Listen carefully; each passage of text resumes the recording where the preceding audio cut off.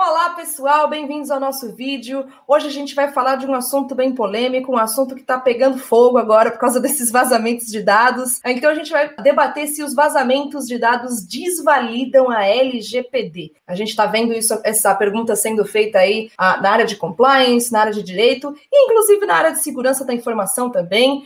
Então, para quem não me conhece, eu sou a Marina Ciavato, eu sou engenheira social, eu trabalho com conscientização em segurança da informação e para aquecer esse debate aí, a gente tem também o André Paris, Head of Privacy and Compliance, mestre e autor também de privacidade e proteção de dados. Olá, André.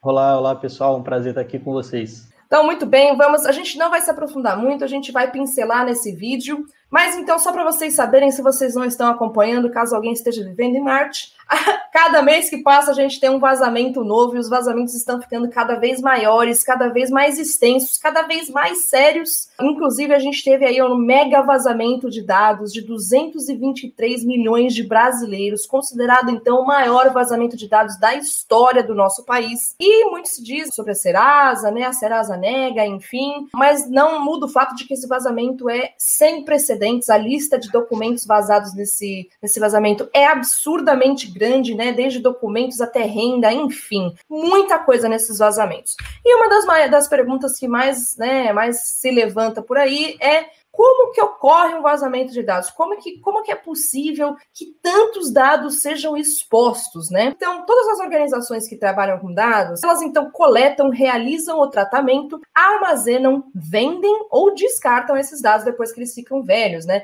Então, todos esses processos, né, de tratamento de dados, eles são portas para que aconteça um vazamento, né? Eles são oportunidades, eles têm riscos para que esses vazamentos aconteçam. Então, pode ir desde os processos inseguros, ou seja, cada um desses processos conter falhas ou vulnerabilidades, o desconhecimento completo dos processos, do que acontece com os dados uma vez que eles são coletados ou como eles são coletados, enfim, a falta de monitoramento e gestão da segurança desses dados, ou então mesmo infecção por malware, sequestro de dados por malware, né? A gente tem o ransomware aí, que é um problema muito grande de segurança, invasão dos sistemas, ou até mesmo a ameaça interna, né? Um colaborador de dentro da empresa acabar sendo a fonte do vazamento desses dados. O desenvolvimento inseguro das aplicações que coletam, tratam e descartam esses dados também é um grande problema. A falta de políticas de segurança e privacidade, a falta de testes de segurança, de treinamentos das pessoas envolvidas no tratamento desses dados, a falta de um programa de privacidade também, a falta de um plano de resposta a incidentes, ou seja, quando o incidente, né, quando o problema está acontecendo, ou como agir depois de um vazamento. Então, todos esses passos aí são vulnerabilidades muito grandes dos processos e podem levar a um vazamento gigantesco de dados, quiçá um mega vazamento. Mas, André, me explica, então, por que esses recentes mega vazamentos, eles não desvalidam a LGPD? Porque, assim, eu escuto muita coisa. Eu escuto que, com todos esses mega vazamentos, não acha o responsável, não pega o responsável, é um processo judicial infindável e que a LGPD meio que tá aí só para fazer cena, né? Só para fazer decoração. Eu escuto um pouco de tudo. Mas me explica, desvalida ou não desvalida? Bom, pessoal, primeiramente, né, a LGPD ela não veio em momento algum com o objetivo de impedir que vazamentos de dados ocorressem. Vocês que são da área de segurança da informação sabem muito bem que se nem esses profissionais especializados nessa área e as melhores ferramentas tecnológicas do mercado são capazes de impedir de uma forma total que um vazamento ocorra, quanto mais, né, palavras escritas em um papel, que é uma lei. Agora, uma das principais funções da LGPD é permitir, sim, depois que um vazamento ocorra, né, depois que uma empresa não tenha tido os cuidados adequados com os dados sob o seu custódio, que essa empresa, então, seja responsabilizada, mesmo com suas sanções já estando ainda, né, prorrogadas a sua vigência somente a partir de agosto desse ano. Contudo, desde setembro do ano passado, 18 de setembro, os direitos dos titulares já estão vigentes. Por isso, sempre que um direito titular for descumprido por uma empresa, esse titular, que se sentir lesado, vai poder entrar com uma ação individual contra a organização, como um dos clientes da Cyrela fez, o que implicou numa multa de R$10 mil a título de indenização para esse titular, para um único titular. Igualmente, né, ações coletivas podem ser impetradas pelas partes competentes para buscar uma responsabilização aí mais coletiva, né, juntando diversos titulares lesados por esse vazamento de dados. Além disso, a fiscalização e sanções, né, por autoridades públicas que se considerem competentes também é mais um risco que essa empresa tem, né? Já que não só a ANPD ela está realizando esse tipo de fiscalização e a partir de agosto desse ano vai poder efetivamente sancionar com essas multas. Nós já vimos diversos exemplos ao longo dos últimos 5 anos em que o Ministério Público, os PROCONs estaduais, a Senacom, outros órgãos governamentais já estão fiscalizando e sancionando empresas que não tiveram devido cuidado com os dados pessoais sob sua custódia, ainda que não fundamentados na LGPD, mas em outras leis do nosso ordenamento. Além disso, né, clientes, colaboradores, eles podem não querer trabalhar e consumir serviços ou produtos de uma empresa que não tenha cuidado com os dados pessoais, com a privacidade dos seus titulares, como a gente viu recentemente, né, diversos usuários migrando do WhatsApp para outras plataformas, como a gente vê jovens não utilizando mais o Facebook, por exemplo.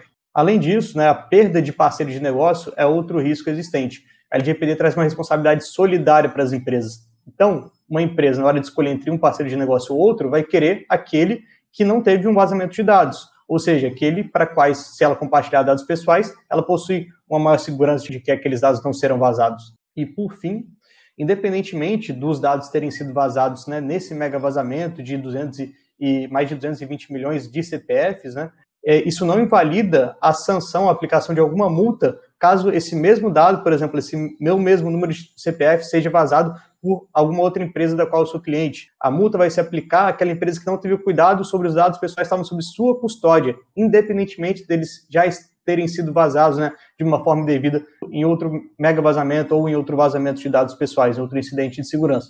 E, entendi, além disso, essa multa é por infração, pessoal. Então, se a empresa, né, tiver uma infração, um vazamento de dados a partir de outubro deste ano e outro vazamento de dados em dezembro deste mesmo ano, mais uma vez, a cada uma dessas oportunidades, uma multa de até 50 milhões de reais poderá ser aplicada a ela, fora todas essas outras vulnerabilidades que a gente já viu, né? Entendi. Eu vejo as pessoas falando, muito se fala e pouco se vê, né?